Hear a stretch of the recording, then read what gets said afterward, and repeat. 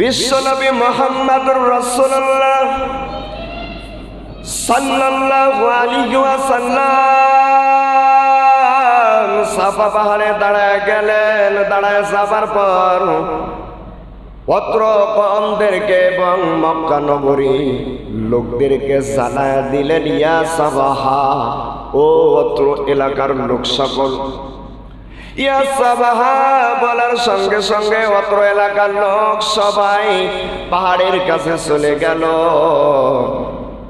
এবং যত নেতা পেতা ছিল মুহাম্মদুর রাসূলুল্লাহ সাল্লাল্লাহু আলাইহি ওয়াসাল্লাম যখন ইয়া সাবাহা বলে এলান করে দিয়েছে, অত্র এলাকার লোক সবাই জমায়েত হয়েছে। বলেন সুবহানাল্লাহ। ডাক দিয়ে বলে, ও মক্কা নগরের লোকেরা, এখন তোমাদেরকে আমি একটা গুরুত্বপূর্ণ এলান করে দিতে চাই, একটা নসিহত আপনাদেরকে জানাইতে চাই। আমি যদি এই এলানটা আপনাদেরকে দিয়ে দেই, যেই দাওয়াতটা আপনাদের মাঝে আমি এখন প্রচার করব, আপনারা কি কথাগুলো বিশ্বাস করেন?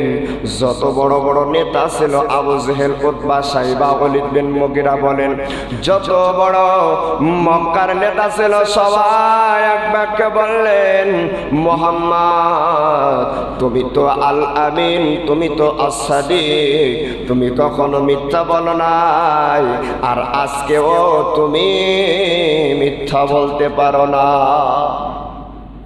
মুহাম্মদুর রাসূলুল্লাহ সাল্লাল্লাহু আলাইহি ওয়াসাল্লাম এই সুযোগটা কাজে লাগাইলেন। কাজে লাগানোর পর কালিমার দাওয়াত দিলেন। সবাই বলেন, লা ইলাহা ইল্লাল্লাহু মুহাম্মাদুর রাসূলুল্লাহ সাল্লাল্লাহু আলাইহি ওয়াসাল্লাম। আল্লাহ রাব্বুল আলামিন যে তার কোনো শরীক নাই, তোমরা যে লাখ মানা দুর্গা, সরস্বতী, কালী, চন্দ্রের পূজা, সূর্যের পূজা, এইগুলো যে পূজা করতেছ, এগুলো তোমাদের খোদা হতে পারে না। এক আল্লাহকে মেনে নাও, আল্লাহর কোনো শরীক নাই। এই বাক্যটা যদি তোমরা মেনে নাও, আর আমি যে আল্লাহর প্রেরিত রাসূল, এইটা যদি তোমরা মেনে নাও, তাহলে রব্বে কারীম তোমাদেরকে কাল কিয়ামতের ময়দানে কঠিন আযাব থেকে তোমাদেরকে মুক্তি দান করবে। কাল কিয়ামতের ময়দানে তোমাদেরকে কঠিন আযাবে পাকড়াও করা হবে, তোমরা যদি কালেমার দাওয়াতটা মেনে না নাও।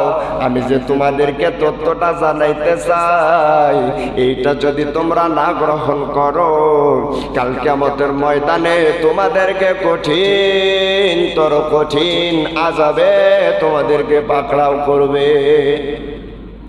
এই কথা শোনার সঙ্গে সঙ্গে ওই জায়গায় একজন বড় নেতা ছিল, তার নাম হলো আবু লাহাব। কিতাবের মধ্যে দেখলাম তার নাম হলো আব্দুল উজ্জা, কিন্তু তার চেহারাতে এত সুন্দর, আগুনের গোলার মতন চেহারা হবার জন্যে মক্কা নগরের লোকেরা তাকে আবু লাহাব বলে ডাকতো। কিছু কিছু লোক দেখা যায় না, খুব সুন্দর মানুষ, হাতের টোকা দিলে কি রক্ত বের হয়ে আসবে, একদম অগ্নিশিখার মতন আবু লাহাবের চেহারা ছিল। এই জন্য মক্কার লোকেরা তাকে আবু লাহাব বলে ডাকতো, কিন্তু তার মূলত নাম হলো আব্দুল উজ্জা। আব্দুল উজ্জা থেকে আবু লাহাব হয়ে গেছে, অগ্নিশিখার একজন কি মানুষ। এই আবু লাহাব কি করলেন আমার রাসূলের সাথে? এখানে একটা জানার বিষয় এবং ভাবার বিষয়। এক জুমায় আপনাদেরকে এই বিষয়টা নিয়ে কিছু বোঝানোর চেষ্টা করেছি আমি। আবু লাহাবের নামে কেন সূরা নাযিল করলো, এটা জানার বিষয়।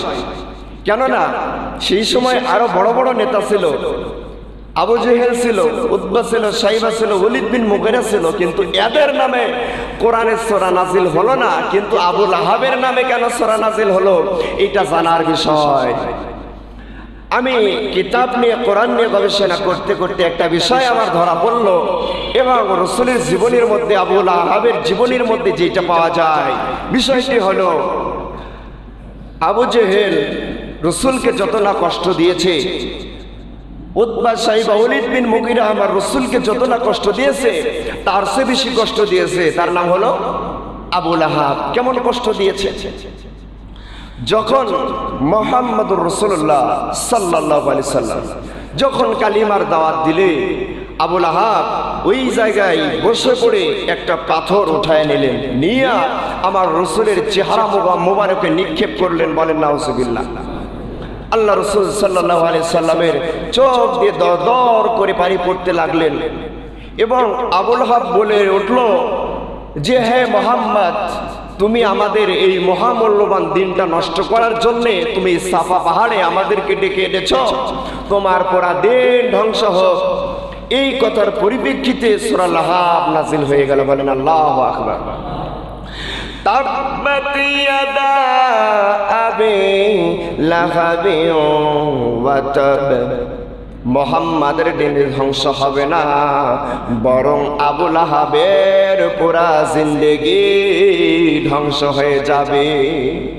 এবং ধ্বংস হয়ে যায় দুই হাত, তার ধন সম্পদ সন্তানাদি স্ত্রী কোনোটাই উপকারে আসবে না বা আসে নাই, তার সমস্ত কিছু কি হয়ে গেছে, ধ্বংস করে দিয়েছে। রব্বে কারীম আমার রসুলের পিছনে লাগার জন্যে